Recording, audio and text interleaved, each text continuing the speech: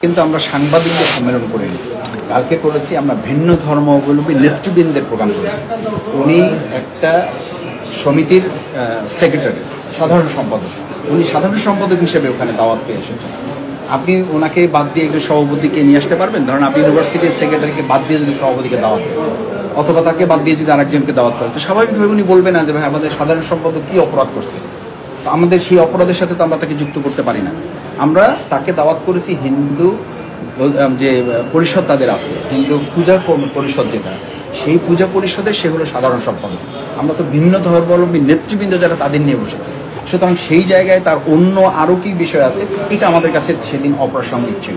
সুতরাং এই বিষয়টার সাথে কালকের যে প্রোগ্রাম হয়েছে সেটা প্রাসঙ্গিক না। অনেক ধন্যবাদ।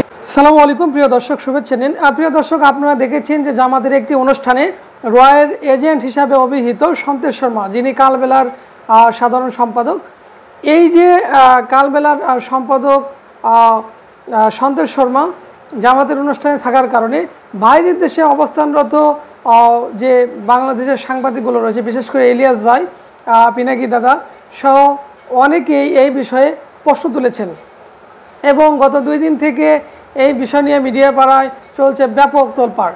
প্রিয় দর্শক, আসলেই কি জামাত স্পেশালি তাকে দাওয়াত দিয়েছিল বা পার্টিকুলারলি তাকে কি দাওয়াত দিয়েছিল, নাকি কোনো ফাংশানে যে সে এসেছিল অন্যদের প্রতিনিধিত্ব করার জন্য, সেই বিষয়টি আপনারা দেখেছেন। ইতিমধ্যে জামাতের একজন গুরুত্বপূর্ণ দায়িত্বশীল ডক্টর মাসুদ পরিষ্কার করেছেন।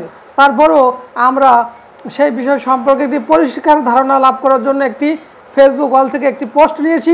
সেই পোস্ট পড়লেই আমরা দেখতে পাবো যে ঘটনাটি রহস্যটা কি। প্রিয় দর্শক, চলুন দেখে আসি তাহলে সেই পোস্টটি। জামাত ঢাকা মহানগর দক্ষিণ ভিন্ন মতাবলম্বীদের নিয়ে সম্প্রীতি সমাবেশ করেছে। সেখানে বিভিন্ন ধর্মের ধর্মীয় গুরুদের দাওয়াত দিয়েছে, বিভিন্ন ধর্মের ধর্মীয় গুরুরা এসেছেন। সেখানে সন্তোষ শর্মা এসেছেন, ব্যক্তি সন্তোষ শর্মা হিসেবে তাকে দাওয়াত দেয়নি। বাংলাদেশ পূজা উদযাপন পরিষদকে সেখানে দাওয়াত দিয়েছে। বাংলাদেশ পূজা উদযাপন পরিষদের কেন্দ্রীয় সাধারণ সম্পাদক সন্তোষ শর্মা, সে তার সাংগঠনিক দায়িত্ব থেকেই দাওয়াত পেয়েছে এবং তার সভাপতিও এসেছেন। তার জায়গায় অন্য কেউ দায়িত্বে থাকলে তিনিই আসতেন। ভিন্ন ধর্মাবলম্বী মানুষদের ভিতর তাকেও আনা হয়েছে জামাতের কথা শোনাইতে। ইসলামী দল ক্ষমতা আসলে কেমন দেশ হবে সেটা সবার আগে জানার দরকার সন্তোষের মতো লোকদের। ভিন্ন ধর্মাবলম্বীদের নিয়ে অনুষ্ঠান করলে হিন্দুদের মধ্যে দ্বিতীয় কার্ড পাবে সন্তোষ শর্মা, কারণ সে বাংলাদেশ পূজা উদযাপন পরিষদের সাধারণ সম্পাদক। এই পদ তো জামাত তাকে দেয়নি। প্রিয় দর্শক, বুঝতে পারলেন যে সে পূজা উদযাপন কমিটির সাধারণ সম্পাদক, যে কারণে সে নর্মালি দাওয়াত পেয়েছে একটি সংগঠনের প্রতিনিধি হিসেবে। তাকে স্পেশালি কিন্তু জামাত দাওয়াত দেয়নি। সে একটি যেহেতু সে পূজা উদযাপন কমিটির সাধারণ সম্পাদক, সেই হিসেবে সে দাওয়াত পেয়েছে। তো সেখানে তো দোষের কিছু নেই আসলে, কিন্তু ভুলভাবে এই তথ্যগুলোকে ব্যাপকভাবে প্রচার করা হচ্ছে, যা জনমনে বিভিন্ন ধরনের প্রশ্নের সৃষ্টি করেছে। প্রিয় দর্শক, আর একটি ভিডিও আমরা দেখে আসব যে হাফ সেজদারত অবস্থায় সন্তোষ শর্মার সঙ্গে এই জামাতের যে শিবিরের যে কেন্দ্রীয় সভাপতি জাহিদুল ইসলাম, তিনি শুভেচ্ছা বিনিময় করছেন। এই ভিডিওটা বলে একটি কাটিং অংশ।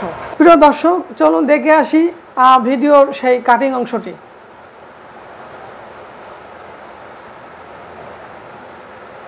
প্রিয় দর্শক, দেখতে পেলেন যে হাফ সেজদারত অবস্থায় সন্তোষ শর্মার সঙ্গে শিবিরের কেন্দ্রীয় সভাপতি জাহিদুল ইসলাম শুভেচ্ছা বিনিময় করছেন। কিন্তু ভিডিওটা আসলে একটি পূর্ণ ভিডিওর কাটিং অংশ, অর্থাৎ ছোট্ট অংশ, যেখানে ওই সামান্য অংশটুকুকেই দেখানো হয়েছে। কিন্তু মূল ভিডিও যদি আমরা দেখি তাহলে দেখতে পাবেন যে সবার সঙ্গে সে হাফ সেজদারত অবস্থায় শুভেচ্ছা বিনিময় করেছে।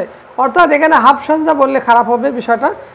মূল বিষয় হলো সে একটু বিনয়ের সাথে নম্রভাবে, যেহেতু তারা বসে ছিল, সেহেতু তাদের সমতা অর্জন করার জন্য বা সেই সমপর্যায়ে যাওয়ার জন্য একটু নিচু হয়ে তাদের সাথে শুভেচ্ছা বিনিময় করেছে। শুধু সন্তোষ শর্মার সঙ্গে নয়, আরও যারা গেস্ট ছিল তাদের সঙ্গে একই রকম আচরণ করা হয়েছে বা একইভাবে শুভেচ্ছা বিনিময় করা হয়েছে। প্রিয় দর্শক, চলুন ভিডিওটি দেখে আসি। দুর্গম পথ অফুরান সকল বিভেদ ভুলে হাতে রেখে হাত, এসো গাই একতার গান, এসো গাই একতার গান, এসো গাই একতার গান, এসো গাই একতার গান। অর্ধ শতক ধরে এই কাফেলা চলছে মিছিল অবিরাম, প্রতিটি সবুজ ঘাসে লেগে আছে আহা শহীদের রক্ত ঘাম।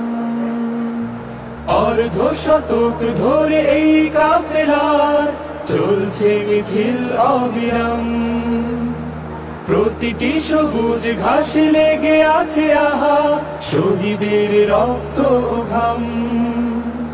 গড়তে সোনার এক সুখী পরিবেশ, গড়তে সোনার এক সুখী পরিবেশ, রেখে গেল যারা অবদান। প্রিয় দর্শক, আপনারা সুস্পষ্টভাবে দেখলেন যে একটি রুমে বিভিন্ন ধরনের গেস্টরা অবস্থান করছিলেন, তারা সবাই বসা ছিল এবং জাহিদুল ইসলাম রুমে প্রবেশ করেছে। এমতো অবস্থায় সে তাদের কাছে যেয়ে সে শুভেচ্ছা বিনিময় করেছে, অর্থাৎ প্রত্যেকের সাথে একই রকম আচরণ করেছে। যেহেতু সে দাঁড়ানো ছিল, সবাই বসেছিল, সঙ্গত কারণে তাকে একটু নিচু হতে হয়েছে, যেটাকে আমরা হাফ সেজদা বলে অভিহিত করতেছি। এইভাবে যদি অ্যান্টি ফ্যাসিবাদ বিরোধী শক্তিদের মধ্যে যদি বিভ্রান্তি সৃষ্টি করা হয়, তাহলে মানুষগুলো বিভ্রান্তির মধ্যে পড়ে যাবে।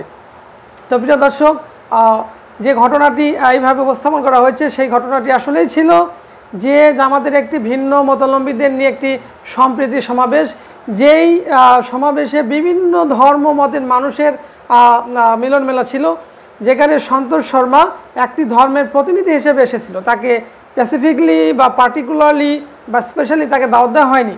প্রিয় দর্শক, এটাই ছিল মূল ঘটনা। আজ এখানেই বিদায় নিচ্ছি। দেখা হবে নতুন কোনো পর্বে, নতুন কোনো বিষয় নিয়ে। সে পর্যন্ত ভালো থাকুন, সুস্থ থাকুন। আল্লাহ হাফেজ।